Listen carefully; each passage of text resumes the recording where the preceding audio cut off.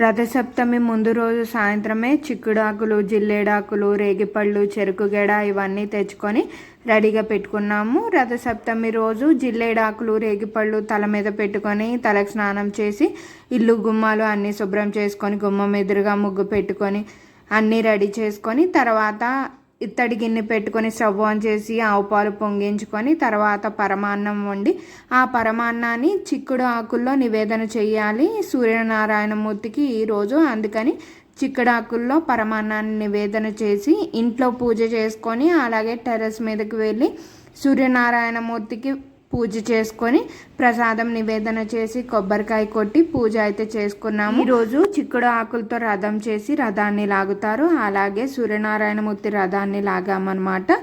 ఈ video full video upload చేశాను. మీరు ఒకసారి చెక్ చేయకపోతే చెక్ చేయండి ఫుల్ వ్లాగ్ అంతా. ఈ వీడియో నచ్చినట్లయితే లైక్ చేయండి.